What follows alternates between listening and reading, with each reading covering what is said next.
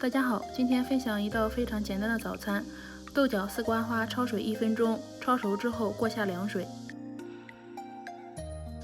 丝瓜花攒出水分，切成末；豆角切成末；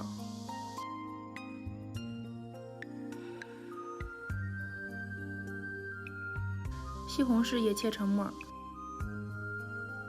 先打入1颗鸡蛋，加入盐、白胡椒粉、十三香，先搅拌均匀。刚刚1个鸡蛋打得少，再加1颗。面粉分次少量加，喜欢口感筋道的多加面粉，软一点的少加面粉。平底锅开中小火，倒入适量的油。面糊用铲子摊平均匀，盖上盖子，大约煎3分钟。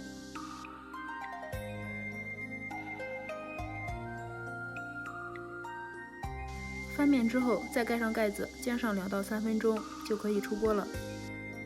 口感筋道，颜色漂亮又营养，喜欢的话可以试试哦。